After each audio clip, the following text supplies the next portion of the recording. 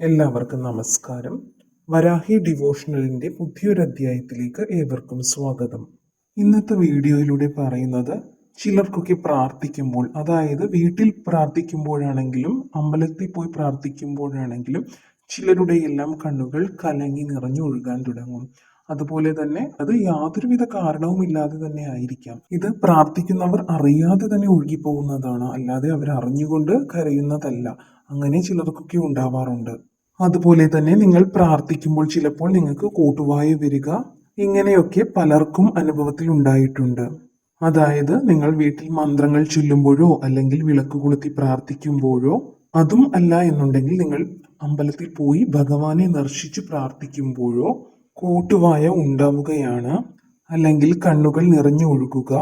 ഇങ്ങനെ ഒരു അവസ്ഥയിലൂടെ നിങ്ങൾ കടന്നു പോയിട്ടുണ്ടെങ്കിൽ, അങ്ങനെയാണെന്നുണ്ടെങ്കിൽ ഭഗവാൻ നിങ്ങൾക്ക് ഒരു സൂചന നൽകുകയാണ്. അതായത് ഭഗവാൻ എന്തോ നിങ്ങളോട് പറയാനുണ്ട് എന്നുള്ളൊരു സൂചന. അതിലാദ്യമായി നമ്മൾക്ക് പറയാൻ പറ്റുന്ന ഒരു കാര്യമാണ്, നമ്മുടെ ശരീരത്തിൽ പലതരത്തിലുള്ള നെഗറ്റീവ് എനർജികൾ കുടിയിരിപ്പുണ്ട്. മറ്റുള്ളവരുടെ കണ്ണേറ്, നാവേറ്, അതുപോലെ തന്നെ മറ്റു ശത്രുബാധ ദോഷങ്ങള്, ഇതൊക്കെ തന്നെ നമ്മുടെ ശരീരത്തിൽ പലപ്പോഴായിട്ട് പതിയിരിക്കുന്നുണ്ട്. അതായത് മറ്റുള്ളവരുടെ ദുഷിച്ച ചിന്ത കൊണ്ട് നമ്മൾക്ക് ഏറ്റിട്ടുള്ള പലതരത്തിലുള്ള ബുദ്ധിമുട്ടുകൾ ഉണ്ടാകാം. അതൊക്കെ ഒരു നെഗറ്റീവ് എനർജിയായി നമ്മളിൽ നിലകൊള്ളും. അത് നമുക്ക് പലതരത്തിലുള്ള ബുദ്ധിമുട്ടുകൾ ഉണ്ടാക്കുന്നതാണ്. ഇത് മാത്രമല്ല, നമ്മുടെ ഗ്രഹത്തിലുള്ള പല ദോഷങ്ങളും നമ്മുടെ ശരീരത്തിൽ ഒരു നെഗറ്റീവ് എനർജിയായിട്ട് നിറഞ്ഞു നിൽക്കുന്നുണ്ടാവാം. അതുകൊണ്ട് തന്നെ പ്രാർത്ഥിക്കുന്ന സമയത്ത് അല്ലെങ്കിൽ ഒരു ക്ഷേത്ര ദർശനം നടത്തുന്ന സമയത്ത്, അതായത് നമ്മൾ മന്ത്രങ്ങൾ ചൊല്ലുമ്പോഴും അതുപോലെ തന്നെ ഭഗവാനെ തൊഴുമ്പോൾ അവിടെ ഒരു ഭഗവാന്റെ ആ ഒരു ചൈതന്യം, അതായത് ഒരു പോസിറ്റീവ് ചൈതന്യം അവിടെ നിറഞ്ഞു നിൽപ്പുണ്ട്.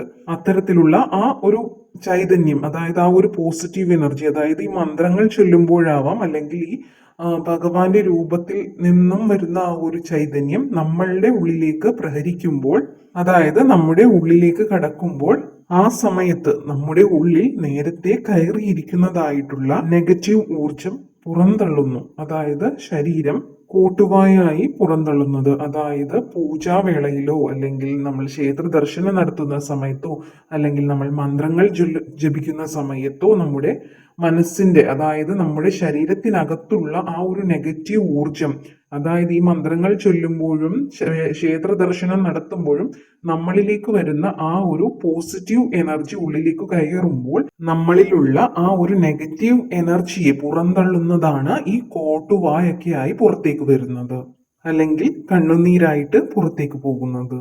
ഭഗവാനുമായി നമ്മുടെ ആ ഒരു ആത്മാവ് ബന്ധം സ്ഥാപിക്കുന്ന പൂജാവേളയിലോ അല്ലെങ്കിൽ നമ്മൾ നാമം ജപിക്കുന്ന സമയത്തോ നമ്മുടെ ഉള്ളിൽ പോസിറ്റിവിറ്റി നിറയാൻ ആരംഭിക്കും.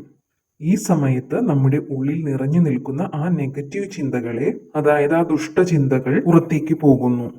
അതാണ് ഈ കോട്ടുവായും കണ്ണീരുമായി പുറന്തള്ളപ്പെടുന്നത്. ചുരുക്കി പറഞ്ഞാൽ നമ്മുടെ ഉള്ളിലേക്ക് കയറുന്ന ആ ഒരു പോസിറ്റീവ് എനർജി, അതായത് ജപിക്കുമ്പോഴോ ഭഗവാനെ പ്രാർത്ഥിക്കുമ്പോഴോ ക്ഷേത്ര ദർശനം നടത്തുമ്പോഴോ ഒക്കെ കിട്ടുന്ന ആ ഒരു പോസിറ്റീവ് ഊർജം നമ്മുടെ ഉള്ളിലേക്ക് കയറുമ്പോൾ നമ്മുടെ ഉള്ളിലുള്ള ആ ഒരു നെഗറ്റീവ് എനർജി പേടിച്ച് പുറത്തേക്ക് വരികയാണ്. അതാണ് ഇത്തരത്തിൽ കൂട്ടുവായായും കണ്ണുനീരായും പുറത്തേക്ക് വരുന്നത്. ഇനി അടുത്ത കാരണം നമുക്ക് പറയാൻ പറ്റുന്നത് നമ്മുടെ ആത്മാവിനെ ശുദ്ധീകരിക്കുന്ന ഒരു അവസ്ഥയെയാണ്. അതായത് നമ്മുടെ മനസ്സിനകത്തുള്ള ദുഷ്ടചിന്തകളും അല്ലെങ്കിൽ ചീത്ത വിചാരങ്ങൾ, ഇതെല്ലാം ശരീരം പുറന്തള്ളുന്നു. അങ്ങനെ ആത്മാവിനെ ശുദ്ധീകരിക്കുന്ന ആ ഒരു പ്രക്രിയയാണ് ഈ കണ്ണുനീരും കോട്ടുവായും ഒക്കെ ആയിട്ട് ഒഴുകുന്നത് എന്നും പറയാം. ഇനി മറ്റൊരു രീതിയിൽ പറയുകയാണെന്നുണ്ടെങ്കിൽ, ഭഗവാന് നമ്മളോട് ചില കാര്യങ്ങൾ പറയാനുണ്ട് എന്നും അർത്ഥമാക്കാം. അതായത് ഭഗവാൻ നമ്മളുടെ പ്രാർത്ഥനയും കാര്യങ്ങളെല്ലാം കേട്ട് ഭഗവാൻ നമ്മളിൽ പ്രവർത്തിക്കുന്നുണ്ട് എന്ന് ഭഗവാൻ ഒരു സൂചന തരുന്നതായിട്ടും നമുക്കിതിനെ കണക്കാക്കാം. അതായത് ഭഗവാൻ നിങ്ങളുടെ മനസ്സിൽ പ്രവർത്തിക്കുന്നുണ്ട്, നിങ്ങളുടെ മനസ്സിനെ ശുദ്ധീകരിക്കുന്നുണ്ട്, അല്ലെങ്കിൽ നിങ്ങൾക്ക് ഞാൻ ആശ്വാസം പകരുന്നുണ്ട്, എപ്പോഴും നിങ്ങൾ പ്രാർത്ഥന തുടരുക, നിങ്ങളിലേക്ക് ഞാൻ പ്രവർത്തിക്കുന്നുണ്ട് എന്നുമെല്ലാം ഭഗവാൻ ഒരു സൂചന നൽകുകയാണ് ഇതിലൂടെ. ഈ കാര്യങ്ങളും ആ വരുന്ന കോട്ടവായിനും, അതായത് പ്രാർത്ഥിക്കുന്ന വേളകളിൽ നിങ്ങൾക്ക് വരുന്ന ആ കോട്ടവായിനും കണ്ണുനീരിനും ഒരു കാരണം ആയി പറയാവുന്നതാണ്. ഇനി നിങ്ങൾ പ്രാർത്ഥിക്കുമ്പോൾ ഓർക്കുക, അതായത് നിങ്ങളുടെ കണ്ണുകൾ നിറഞ്ഞു കലങ്ങി ഒഴുകുകയോ അല്ലെങ്കിൽ നിങ്ങൾക്ക് കോട്ടുവായു വരികയോ ഒക്കെ ചെയ്യുകയാണെന്നുണ്ടെങ്കിൽ നിങ്ങളുടെ അടുത്ത് ഭഗവാന്റെ സാന്നിധ്യമുണ്ട് അല്ലെങ്കിൽ സ്വാമീപ്യമുണ്ട് എന്ന് ഭഗവാൻ നിങ്ങളോട് പറയുകയാണ് എന്ന് തിരിച്ചറിയുക. അതുകൊണ്ട് തന്നെ നിങ്ങൾ ഭഗവാനെ വളരെയധികം വിശ്വസിച്ച്, അതായത് ഈശ്വര വിശ്വാസം നിങ്ങൾ കൈവിടാതെ മുറുകെ പിടിക്കുക. എന്നിട്ട് നിങ്ങളിലുള്ള ആ നെഗറ്റീവ് എനർജികളെ എല്ലാം പുറന്തള്ളി പോസിറ്റീവ് എനർജി നിങ്ങളിൽ നിറയ്ക്കുവാൻ വേണ്ടി നിങ്ങൾ കൂടുതലായി ഈശ്വരനോട് പ്രാർത്ഥനയിലൂടെ അടുക്കാൻ ശ്രമിക്കുക. ചുരുക്കി പറയുകയാണെങ്കിൽ നമ്മുടെ മനസ്സിൽ അടിഞ്ഞിരിക്കുന്ന ആ ഒരു മാലിന്യത്തെ ഈ കണ്ണുനീരിലൂടെയും കോട്ടുവായിലൂടെയും എല്ലാം ഭഗവാൻ പുറന്തള്ളുകയാണ് എന്ന് മനസ്സിലാക്കി പ്രാർത്ഥന നന്നായി മുറുകെ പിടിച്ച് മുന്നോട്ട് പോവുക. എല്ലാ ഐശ്വര്യങ്ങളും ഉണ്ടാകുന്നതാണ്. എല്ലാവരും അമ്മേ ശരണം എന്ന് കമന്റ് ബോക്സിൽ രേഖപ്പെടുത്താൻ മറക്കരുതേ.